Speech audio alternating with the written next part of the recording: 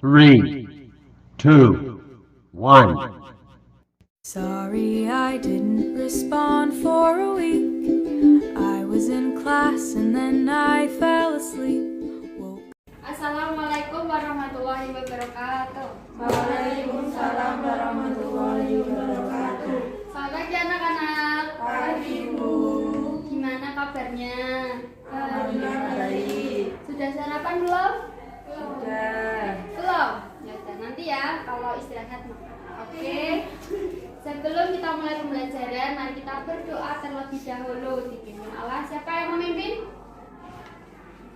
Wah, Mbak Fira saja. Doa mulai. Doa selesai. Oke. Terima kasih. Sebelumnya Ibu akan mengecekkan hadiah kalian dulu.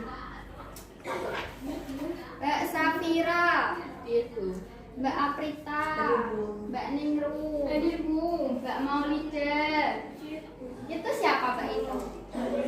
Oke, Mbak Yunita. Sampingnya Mbak siapa itu? Baik. Semua hadir ya? Iya. Sip. Oke, biar kita tambah semangat, kita nyanyi dulu. Mau nyanyi apa? Ada yang mau request mau nyanyi apa? Lagu nasionalisme ya, kita biar cinta tanah air kita. Mari kita nyanyi satu nusa, satu bangsa. 1, 2, 3. Satu nusa, satu bangsa, satu bahasa kita. Tanah air pasti jaya untuk selama-lamanya. Oke, sip. Semangat sekali kalian ya guys. Sebelum itu, masih ingat gak pertemuan kemarin kalian belajar apa? Lupa Bu. Lupa. Nah apa? Paragraf. Hari ini kita akan belajar bahasa Indonesia. Terus apa lagi? PPKN. Terus sama PJ. Bahasa Indonesia kali ini kita akan meneruskan materi kemarin tentang paragraf. Tapi hari ini kita mencari gagasan pokok dan gagasan pendukung pada teks eksplanasi. Tahu nggak apa itu gagasan pokok dan gagasan pendukung? Belum Bu. Nah, terus tahu nggak fungsinya apa sih kita belajar gagasan pokok sama gagasan pendukung? Sudah ada yang tahu belum? Belum. Nah, fungsinya kita belajar gagasan pokok sama gagasan pendukung itu agar kita lebih cepat memahami teks bacaan yang kita baca. Coba kita perhatikan terlebih dahulu.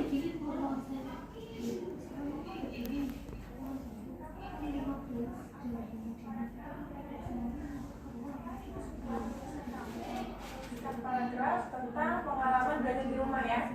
Nah, apa sih Bu ini paragraf itu? Jadi paragraf itu adalah Masih ingat apa itu paragraf? Paragraf adalah kumpulan dari beberapa kalimat dari suatu teks bacaan. Oke, masih ingat ya? Paragraf itu pada suatu kalimat, pada suatu paragraf itu harus diawali dengan kalimat yang menjorok. Sip. Nah, setiap paragraf itu memiliki gagasan pokok dan gagasan pendukung. Apa itu gagasan pokok dan gagasan pendukung? Apa itu? belum tahu. Iya, itu belum tahu. Nah, kalau gagasan pokok adalah gagasan yang terdapat inti utama dalam suatu paragraf. Nah, paragraf itu juga terdiri dari kalimat utama dan kalimat pendukung. Kalimat utama itu juga sama, inti dari atau pokok dari suatu paragraf. Betul. Nah, gagasan pokok dapat ditentukan dengan cara melihat tadi kalimat utamanya apa.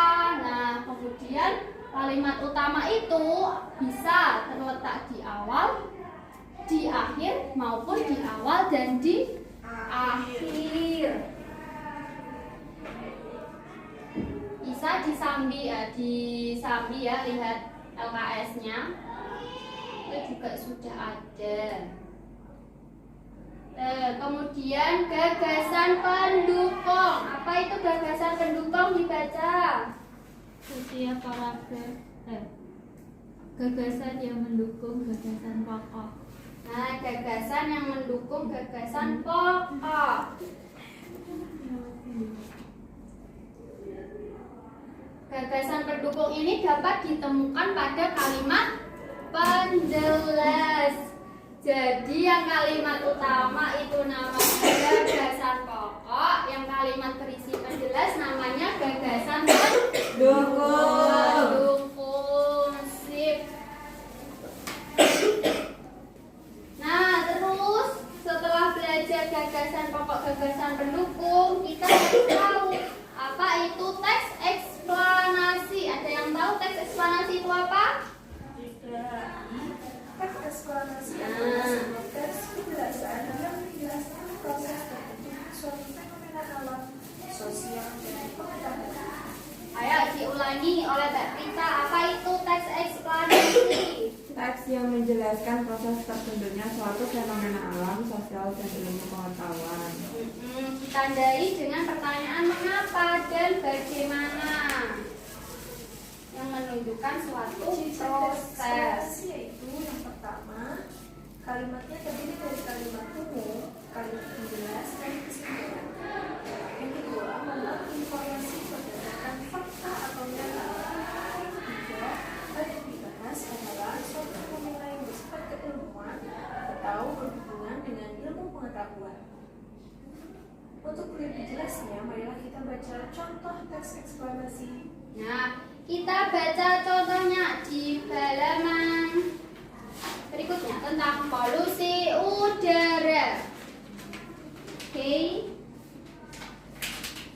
Coba dibaca oleh Mbak Prita. Polusi udara adalah kondisi di mana udara tercemar oleh bahan kimia yang membahayakan bagi kesehatan maupun lingkungan sekitar. Zat-zat yang terkandung dalam polusi udara antara lain karbon monoksida, sulfur dioksida, gas PP, sulfur trioksida, karbon dioksida, CFC, nitrogen dioksida. Polusi udara disebabkan oleh tindakan manusia dan sebab alam. Tindakan manusia diantaranya kegiatan industri, pembangkit listrik, pembakaran hutan, gas pembuangan pabrik. Karena sebab alam adalah letusan gunung berapi, kebakaran hutan dan dehumidifikasi. Adapun sebab yang lain seperti kebocoran tangki gas dan uap pelarut organik. Di dalam tingkat polusi sangat memprihatinkan. Salah satu studi melaporkan bahwa Indonesia Sudah menjadi cukup satu paragraf dulu ya. Nah, satu paragraf ini polusi udara sampai organik itu terdiri dari berapa kalimat? Coba dihitung ada berapa kalimat di situ? 6. 6. Kira-kira gagasan pokoknya terletak pada kalimat keberapa? Yang pertama, Kalimat pertama, apa itu bunyinya gagasan pokok? polusi udara adalah kondisi di mana udara tercemar oleh bahan kimia yang membahayakan bagi kesehatan maupun lingkungan sekitar. Sip. Terus berarti gagasan pendukungnya dari kalimat berapa sampai kalimat berapa? 2 sampai 6. Nah, 2 sampai 6 itu termasuk gagasan pendukung. Denitrifikasi itu apa? Apa? Denitrifikasi. Halaman berapa?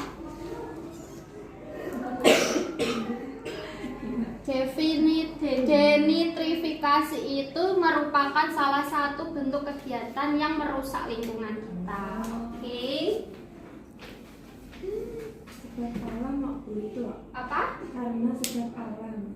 Ya, sebab alam, kegiatan alam yang merusak lingkungan kan? Yang mengakibatkan polusi udara.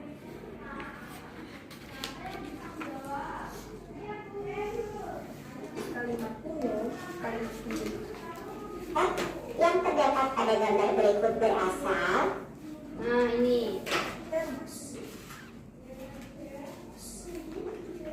Dalam contoh tersebut, Minyak bumi. Amati. Gambar berikut berasal. Karena tema kita tentang sumber energi, Ibu akan bertanya. Nah, tahukah kalian dari mana sumber energi kendaraan bermotor? Sumber energinya dari mana biar motornya berjalan? Bensin. Betul, bensin itu termasuk apa ya? Bahan bakar. Bahan bakar yang sumbernya dari minyak bumi. Pinter. Nah, ini ya sekilas minyak bumi merupakan sumber energi yang memegang peranan penting dalam kehidupan sehari-hari. Manusia dapat melakukan berbagai aktivitas dan rutinitas karena dukungan dari minyak bumi. Coba kalau nggak ada bensin ya, kendaraannya mau digimanain ya? Pakai motor listrik, Bu. Pakai motor listrik juga membutuhkan sumber energi listrik. Jalan kaki sip, biar sehat. Naik gerobak, Bu. Bisa malah tidak merugikan, tidak menimbulkan polusi udara. Tapi nanti kudanya jadi Tapi kan polusi tanah, kan polusi tanah, itu subur ya, itu bukan polusi, itu malah bisa membuat subur tanaman. Makanya kalau ada dikerok ya. Nah, coba perhatikan gambar berikut ini lagi ngapain ya? Menjemur baju, membutuhkan pakaian, membutuhkan apa? Sinar matahari. Satu, apa yang diceritakan gambar di atas? Nah, apa yang diceritakan gambar tadi? Siapa yang berani bercerita gambar tadi? Ayo, Cung. Nanti dapat surprise. Oke, silakan Mbak Prita. tadi tuh gambarnya ada ibu menjemur, terus ada ayah. Itu berarti menjemur pakaian bersama ayah sambil ngobrol. Wah, so sweet ya? Iya. Iya, so sweet banget sih. Gambar di atas menceritakan Nah, ini gambar di atas itu menceritakan aktivitas atau kegiatan yang dilakukan manusia sehari-hari. Misalnya menjemur pakaian. Tadi menjemur pakaian saja ya, kayaknya nggak usah. Dan itu membutuhkan sinar matahari pagi. Selain itu, sinar matahari juga baik untuk tubuh kita. Kok bisa? Kenapa? Ada vitamin. Vitamin apa, ayo? D. Ya, pintar. Tepuk tangan dong. Pintar banget sih. Ya dong, Bu.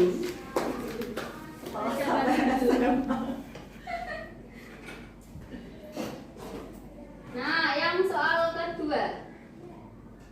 Sebutkan gambar-gambar yang mendukung alasanmu terkait penggunaan sumber energi minyak bumi apa aja tadi? Apa tadi? Motor, Bu. Penggunaan bensin untuk motor, selain itu LPG, gas LPG, selain itu apa lagi? Minyak tanah, ada yang masih pakai minyak tanah? Nomornya tuh nggak ada, Bu. Nggak ada. Langka, Bu, sekarang. Betul. Kenapa ya langka ya? yang terkait penggunaan sumber energi minyak bumi. Karena habis, Bu. Mencuci pakaian, Nah, ternyata mencuci pakaian dengan mesin cuci itu termasuk penggunaan memanfaatkan sumber energi. Alasannya apa? Karena mesin cuci termasuk secara tidak langsung menggunakan energi minyak bumi. Karena mesin cucinya kenapa? dengan mesin cuci. Alasannya, mencuci pakaian menggunakan mesin cuci termasuk secara tidak langsung menggunakan energi minyak bumi. Karena mesin cuci menggunakan energi listrik. Sedangkan energi listrik dihasilkan dari mesin yang bahan bakarnya adalah minyak. Sedangkan minyak berasal dari minyak bumi. Nah, jadi listrik dan minyak bumi itu memiliki keterkaitan. Pertanyaan. Buatlah tulisan dengan menggunakan jawaban-jawaban di atas. Minyak bumi sangat besar. Ini nggak besar ya. Nah, terus ini. Tahukah kamu bahwa minyak bumi merupakan sumber yang tidak dapat diperbarui? Siapa yang sudah tahu? Belum. Nggak tahu, tak? Kelas 4 nggak tahu kalau tidak bisa diperbarui. Nah, maka sebab itu karena tidak bisa diperbarui, karena bisa langka kayak tadi minyak tanah, makanya kita harus menghematnya. Menghemat itu termasuk bentuk dari kewajiban kita terhadap minyak bumi.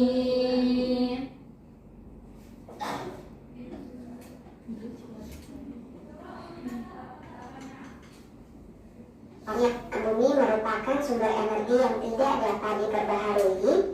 Oleh sebab itu, kita berkewajiban untuk menghematnya. Minyak bumi merupakan salah satu sumber energi.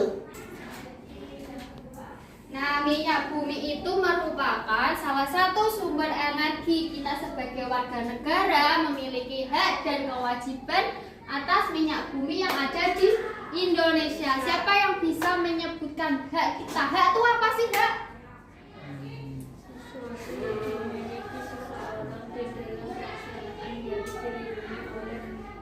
Nah, itu secara teori terlalu panjang. Hak itu adalah sesuatu yang harus kita dapatkan setelah kita melakukan kewajiban.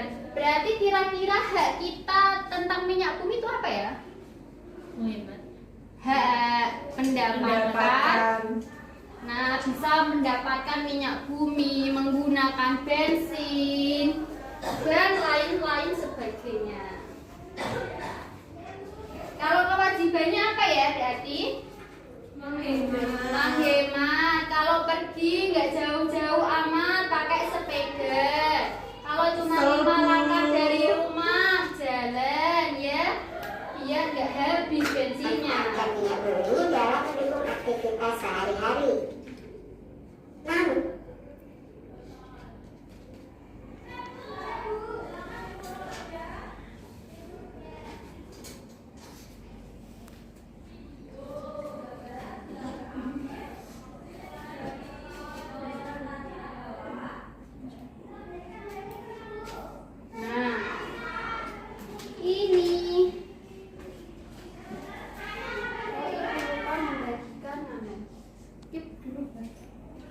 Nah, untuk mengukur kalian seberapa paham tentang hak dan kewajiban, coba kerjakan soal evaluasi ini.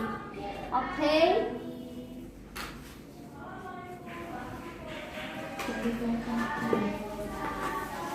Pakai apa kalau nggak pakai pulpen? Pensil.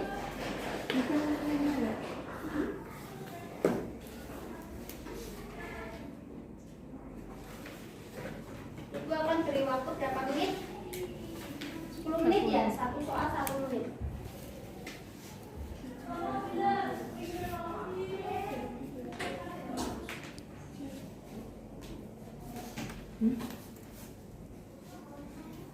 Kalau ada yang tidak paham bisa ditanyakan, oke?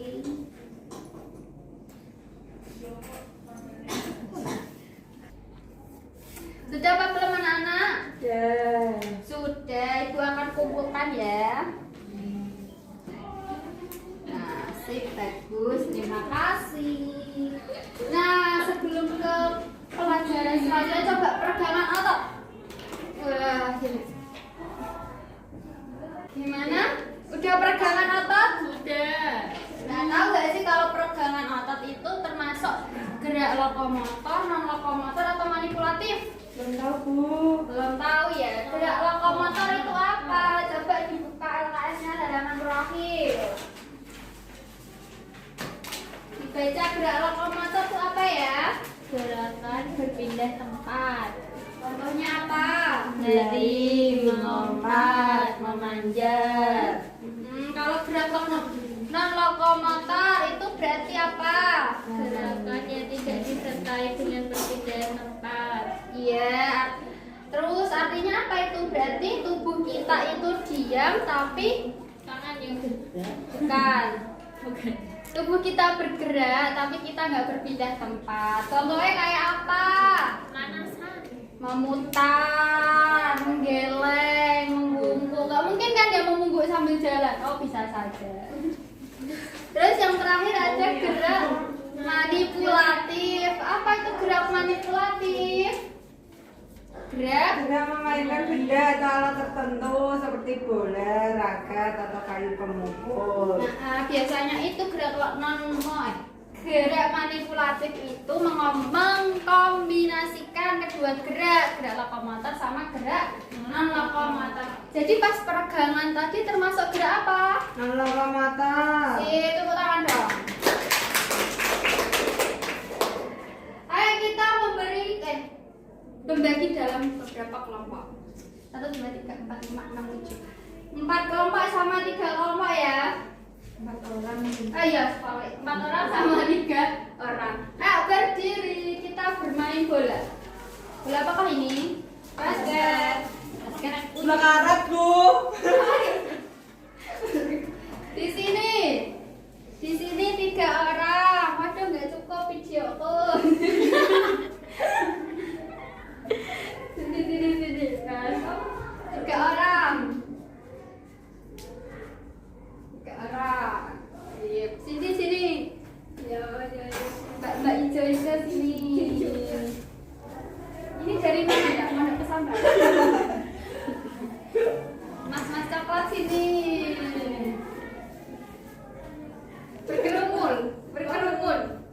Berkerumun itu mungkin kayak apa gitu ya. Nah, permainan kita hari ini adalah mau mempraktikkan apa itu gerak lokomotor, non lokomotor, sama manipulatif. Yang pertama, kita melakukan gerak lokomotor dulu. Nggak usah, kalau gerak lokomotor sambil berlari kok. Yang non lokomotor saja ya, yaitu masih pakai baju sekolah. ya nggak apa-apa. Itu kamu kelompok ini melempar bola ke kelompok sini. Oke? Paham? Paham. Kalau nggak bisa nangkep berarti dia nggak dapat poin. Oke, sip. Mulai. 1, 2, 3. Nggak dapat lagi.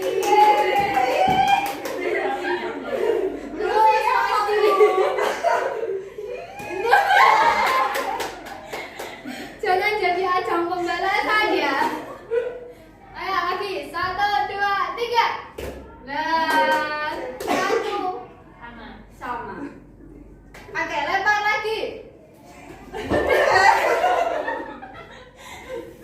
Oke, berarti 2, 1 lagi.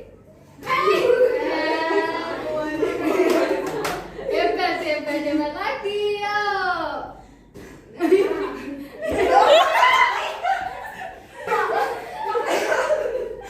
Sudah cukup, makasih ya. Hebat anak-anakku. Apa? Dah. Tadi termasuk gerak apa? Non lokomotor, karena kalian tidak berpindah tempat. Sip. Bukannya gerak manipulatif, Bu. Gerak manipulatif Terus tadi kok itu menangkap, melempar, memukul. memainkan benda atau alat tertentu. Oh iya, itu termasuk gerak manipulatif ya. Koreksi. Itu tadi termasuk gerak manipulatif. Oke, karena gabungan 2 gerakan. Nah, kita sudah sampai di penghujung pembelajaran. Gimana, seru tidak? Seru. Terus tepuk tangan dong, udah semangat belajar. Sip. Tadi kita belajar apa ya hari ini? Gerak Melempar bola. melempar bola. Apa tadi kesimpulan hari ini? Kita belajar apa saja? Gagasan pokok, gagasan pendukung. Terus apa lagi tadi? Kewajiban. Kewajiban. Gerak lokomotor, non lokomotor, dan manipulatif. Apa itu tadi gagasan pokok? Inti. Gagasan yang terdapat inti dari suatu paragraf. Kalau gagasan pendukung tadi apa? Yang mendukung gagasan pokok. Ya, sebagai penjelas gagasan pokok. Terus tadi ada hak dan kewajiban. Hak itu apa? Yang harus didapat. Kewajiban itu apa? Yang harus dilakukan. Yang harus dilakukan. Terus tadi ada tiga gerakan. Satu gerakan Lokomotor. apa itu lokomotor? Pindah tempat. Nah, terus yang non lokomotor apa? Tidak berpindah. Yang manipulatif. Dua-duanya. Nah, gabungan dari dua-duanya. Ada yang ingin ditanyakan? Cukup. Ada yang ingin curhat? Oke, kita tutup dengan berdoa. Dipimpin oleh Mbak Safira. Doa mulai. Alhamdulillah.